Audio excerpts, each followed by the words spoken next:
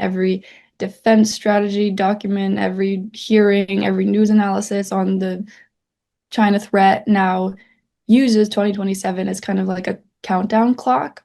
So while there's no official war date, the US is very much preparing as if war with China is plausible or even inevitable by 2027. And we see the signs everywhere.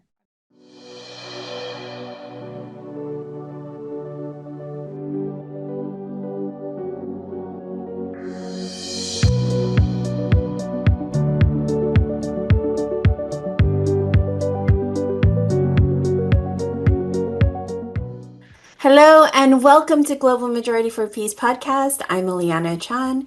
Every week on this podcast, we discuss with special guests from across the world our mission of building a global movement to promote peace and challenge the US-led war drive against China, Russia, and countries in the global south. We will be posting the first part here on YouTube and then the full episode on our Patreon for free. So please become a member, and if you wish to make a donation, just know that that will go to covering our costs. This week, we have a very special guest from CODEPINK, Megan Russell. She is CODEPINK's China is Not Our Enemy campaign coordinator.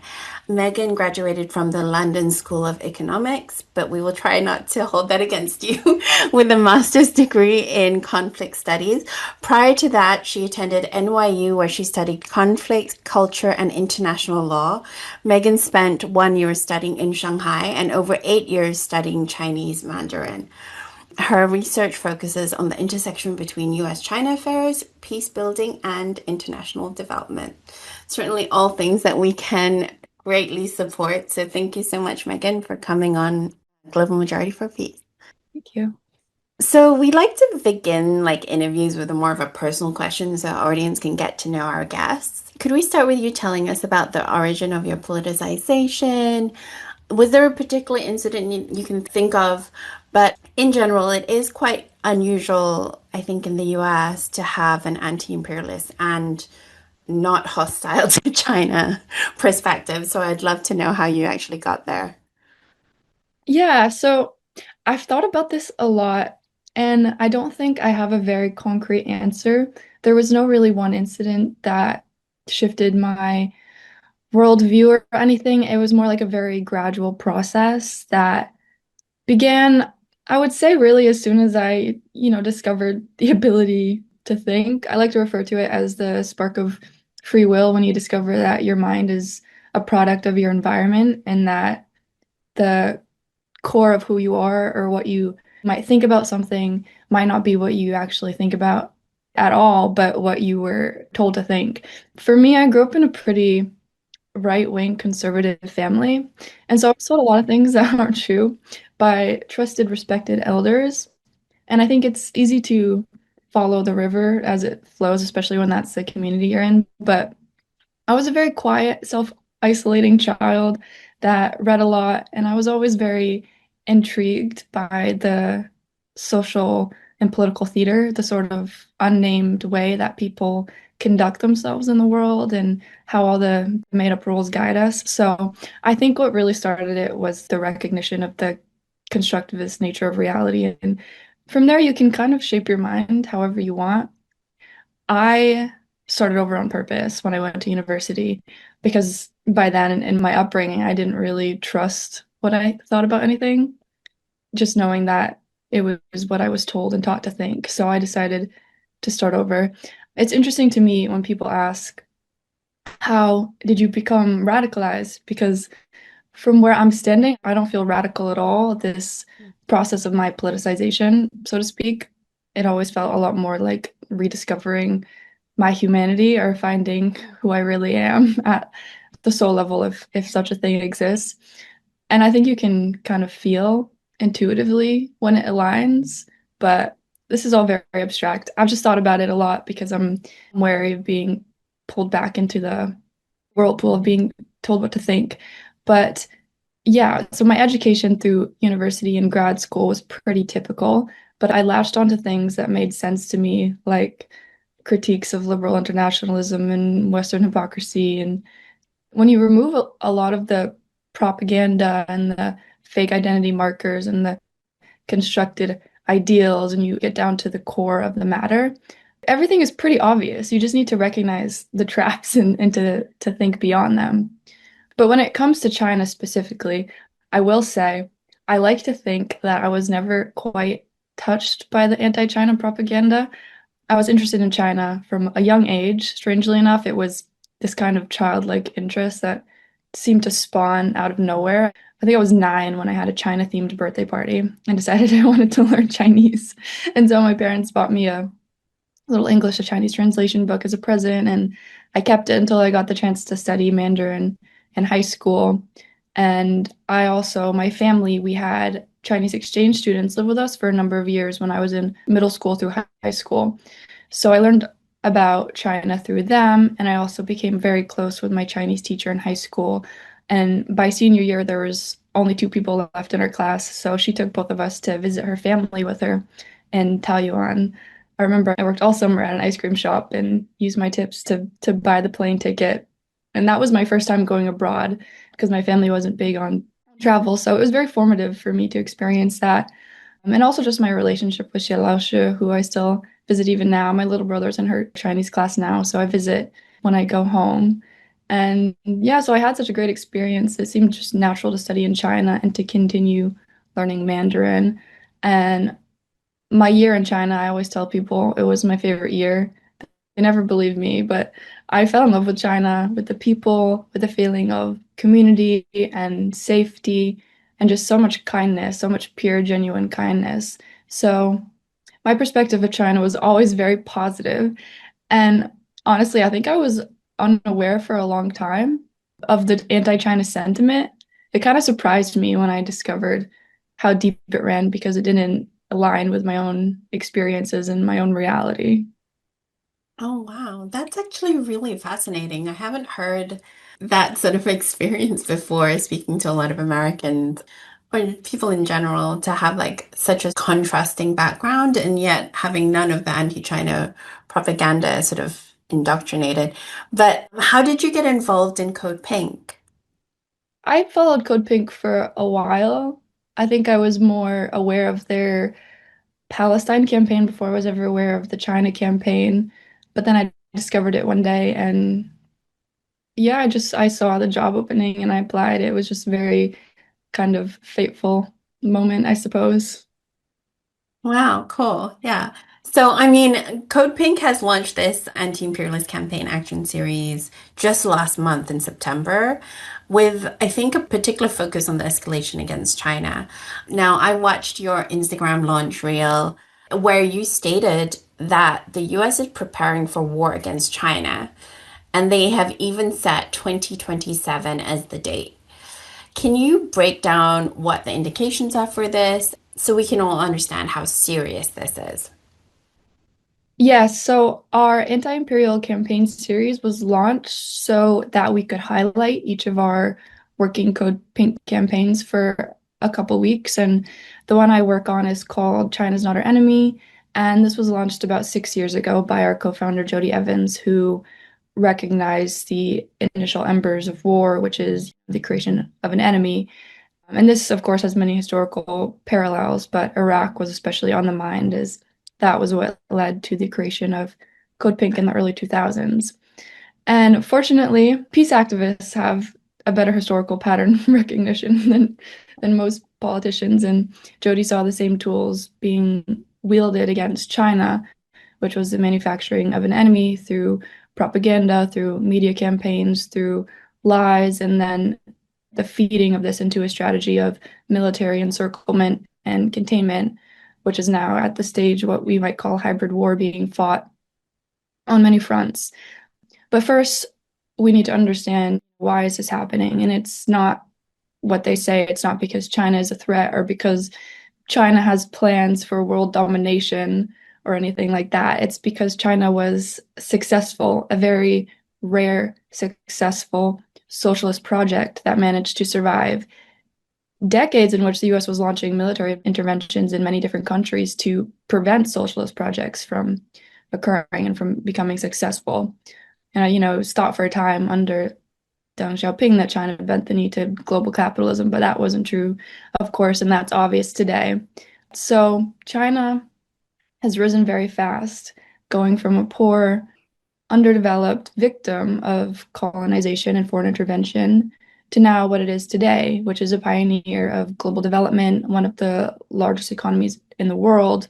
And this was a clear threat to the US's role as global hegemon, which has for many years allowed the US, has allowed the West to bomb, to murder innocent people around the world without really any consequence. In China, its success was also proof that there was an alternative to the system, the capitalist imperialist model that suffocates a great majority of the global South so that a few in the West can prosper. So, what's happened is that US military planners and think tankers and politicians have identified 2027 as a key benchmark year in what they see as China's intention or capability to reunify, so to speak, with Taiwan by force. And ever since then, the year 2027 has taken on a life of its own in Washington. Every defense strategy document, every hearing, every news analysis on the China threat now uses 2027 as kind of like a countdown clock. So while there's no official war date, the US is very much preparing as if war with China is plausible or even inevitable by 2027. And we see the signs everywhere. I mean, militarily, the US has been reorganizing its entire posture in the Asia Pacific. It's shifted forces to surround China. It's militarized the first island chain with bases, military alliances in Japan, South Korea, the Philippines, Australia. We've seen the expansion of AUKUS, the military pact between the US, UK, and Australia that involves weaponry like nuclear powered submarines, and with the Quad that brings India and Japan closer in coordination with Washington. And at the same time, the US, we've been pouring records amount of money into the military budget, and China is explicitly named as the justification. So new weapon systems, cyber operations, hypersonic missiles being designed specifically for a hypothetical war with China. And then there's also many war game scenarios being run by think tanks to try and predict the outcome of a physical confrontation. So the US is clearly building the material infrastructure for war. And when that kind of preparation becomes normalized, the risk of miscalculation really skyrockets. And we're also seeing what could be called information warfare or psychological or ideological mobilization. So the media, a lot of the political rhetoric are conditioning the US public to view conflict with China as inevitable. And so every day we see headlines about Chinese aggression, spy balloons, military threats, economic coercion. But the reality is that most of these stories are very, very, very exaggerated or deeply decontextualized or deeply politicized, but they serve a purpose to prime public opinion, just as we saw before the Iraq War. And so that brings us back to 2027, that this date that functions as this political narrative device to create urgency and demand that policymakers arm faster, spend more, encircle China now before it's too late. But the irony is that a lot of this buildup is what makes war more likely. It makes the region less safe. The more bases and missiles and warships that you deploy, the more likely is that a mistake or a misunderstanding could trigger an escalation. And, maybe that's the point, right? But the seriousness of this situation can't be overstated. The US military industrial complex thrives on this perpetual tension and the creation of enemies, and China is the new enemy. It's a new justification for endless expansion. But it's regular people in the US and China and across the Asia Pacific who would really pay the price. Who's going to be on the front lines of a war on China? It's the people in Japan and South Korea and the Philippines. The US still has operational control of the South Korean military from the end of the Korean War, which never really ended, but we will use and abuse our influence in the region before we send in American troops to die. It could very easily be another proxy war like Ukraine. But even then, a war between two nuclear armed powers, it would be catastrophic for the entire planet. It's not something that could be contained. It would destroy the global economy. It would destroy the planet. It would risk the survival of humanity. So when we talk about how serious this is, it is very serious. And we also have to recognize the danger that comes from the logic itself, because a lot of people get stuck on that, this idea that deterrence and domination creates a greater sense of security. It's a lie, and they're trying to fool us all with the peace through strength rhetoric. It doesn't work like that. It never has. By preparing for war, we make more likely. And that's why we at Code Pink were trying to challenge that narrative that war with China is inevitable, that China is our enemy, and expose really who benefits from that mindset, the weapons manufacturers, the military contractors, the think tanks that are funded by them. The US has spent decades justifying wars on the basis of all these false threats. And so we're really trying to expose that and break the cycle and to insist on diplomacy and dialogue instead of this continued demonization. I mean, it's such an ironic thing when we talk about peace through strength is I'm thinking about the military parade for the Victory Day parade that happened in Beijing. And I feel from interviewing Victor Gao and just sort of watching that military parade and listening to Xi Jinping's speech, they're trying to say, they actually are trying to project strength for peace. And I feel that there's this idea of, multilateralism and the global south rising.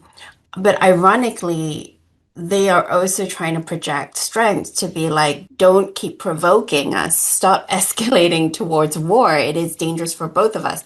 But the ironic thing is the way that the US twists that message, whereas I think China is actually projecting that message, but truthfully, like, trying to sort of appeal to cooler heads. But what is your assessment of will that work in any way in the US when it just seems like this type of escalatory rhetoric is just the norm and there doesn't seem to be who are the cooler heads in the US right now? Yeah, well, I certainly hope so. I mean, China's MO has always been really peace through development. They have a very, I would say, Marxist way of looking at how to create stability internally and in the world itself. But when you're faced with the United States, which just rapidly escalates militarily at a really unfathomable pace, it's quite hard to confront that without having to show the strength that is being projected upon you in the name of, and being called for war constantly. China's military buildup has been over the years largely defensive, right? A lot of their ships, a lot of their military ships are defensive. They're protecting China's coast because the US has been, over the past decade, militarizing the first island chain.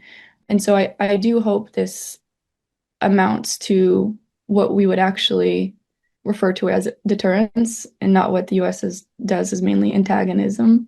And I think it's really important for people to understand this hypocrisy because the US politicians and the media are constantly calling China's role in the South China Sea as antagonistic. But if you like flipped the story, right, and you say China is militarizing the Caribbean, is putting all these military bases all around the United States, like we would already be at war. That would be a call for war already. And so I really think that's an important thing to understand. But yeah, I do have hope. I hope so because this this is your campaign. We have a lot of hope in CodePink as well in this campaign. It's so necessary and needed. One of the big components, as you have already mentioned, the hybrid war aspect of this escalation towards China. One of the things that is happening right now and all the headlines is this trade war. It has been restarted, but it never never really went away. But it's just in the headlines again with Trump threatening the 100% tariffs on China again, but now has backpedaled on that. And it's very confusing, I think, for the average person to even get their head around what is actually happening.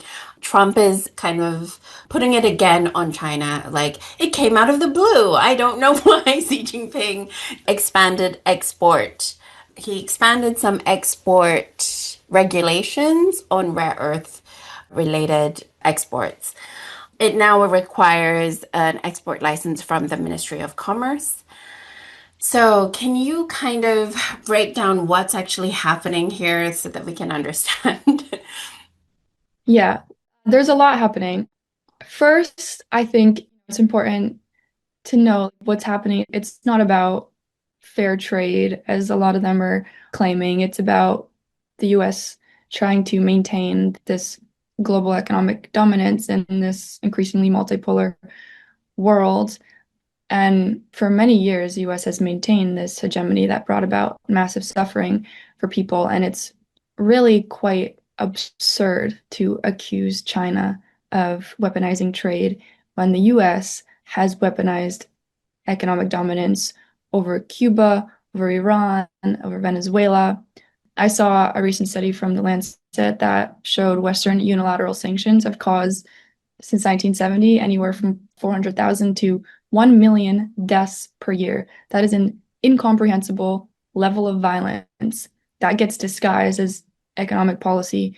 Essentially, we get away with mass murder through the starvation, through limiting access to medicine and other life-giving resources. So we need to keep in mind that when Trump accuses China of weaponizing trade, it's one of the most massive hypocrisies and really an utter projection of Western policy abroad because for decades it's been the US that's weaponized economic dominance through the dollar system, through sanctions, through control over supply chains. And so what we're seeing now is China really refusing to play by those old rules. And the new round of tariffs is essentially this. So on the surface, Trump, he's claiming that we're defending American interests against China's decision to implement export controls. And these controls don't mean that they're completely banning rare earth exports, right? It just means that you need to fill out the necessary paperwork so that the Ministry of Commerce has the final decision-making power. So it's still being exported, but just not for weapons. So it's not really China engaging in economic coercion, it's China asserting their own sovereignty over their own strategic resource, which is obviously something that every country has the right to do and that the US has done for a long, long time. But rare earth elements are important, especially for smartphones, electric vehicles, but also for advanced weapon systems. And China currently refines a majority of the supplies of these materials. But China's export controls, by contrast to the United States, are mostly defensive. They're a way of saying, if you're going to restrict our access to the tech that we need to develop, we'll also protect our own strategic industries, which is fair enough, especially when the US is using these resources to build weapons that they want to use for a future war on China. It is at the root of it a very sensible security decision. And China, you wonder why haven't they done this before? Well, it's because they now have the ability to do that because they aren't dependent on trade with the US. So that's really at the root of it. But another deeper issue here is that the US economic model is dependent on domination, right? And China presents a threat to that. So by building an independent industrial base, investing in innovation and trading with the global south, China is showing that development can happen outside of the mainstream orbit of Western institutions.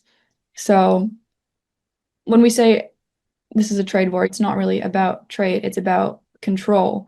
And the tariffs are part of this policy of economic containment, which is a continuation of the overall strategy that began under Obama with the pivot to Asia and continued under Biden with the chips ban and tech sanctions. Both parties frame China as a threat, but what's actually under threat is US monopoly and the tools used, tariffs, the blacklists, the investment restrictions are all designed to slow China's development, particularly in high-tech sectors like AI and semiconductors and green energy. At the same time, economic warfare, it's tied to this wider information military campaign, and this narrative work is crucial because it manufactures consent for policies that would otherwise be recognized as acts of hostility. So when you combine this economic corrosion, the tech blockades, and the military encirclement and disinformation, you get what we call this full-on hybrid war. So I think to truly understand the trade war, we really have to situate it in the broader picture of what's happening. The US is not responding to any unfair Chinese practices. It's reacting to the end of its own unchallenged dominance, and China's policies, including its export controls, represent the shift toward multipolarity as well as recognition that it must protect itself from the US using China's own strategic resources to prepare for war against it. And so, in that sense, what's happening is much larger than a dispute over tariffs. It's part of the global transition, and the hysteria in Washington reflects an inability to accept that change. So rather than adapting to a world where China and other nations have a bigger role, more of a voice in shaping global trade and tech standards, the US is trying to preserve its dominance through coercion and confrontation. Thank you for watching the first part of our interview. Please head over to patreon.com/Empire Watch to watch the full episode. The podcast is also available as an audio on Spotify and Amazon Music every Saturday.